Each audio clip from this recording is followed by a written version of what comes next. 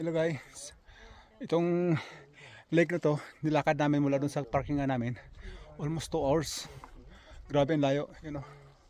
Pero maganda siya, you know. Ito sa dulo. Tapos dyan sa taas, bundok na yan, you know. Yan na. Yan, tubig blue. Yellow, yellow, blue, blue, blue ang tubig. Sa linaw. Tapos doon mayroon nagka-camping doon, ano. Yun.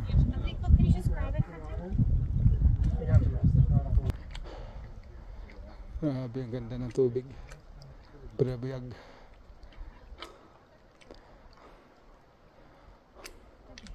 Mag 2 hours to na nilalakad namin dito.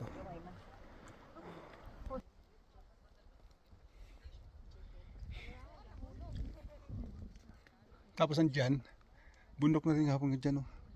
Daming kakawayan dyan. Yan. Yan dinaanan namin dyan.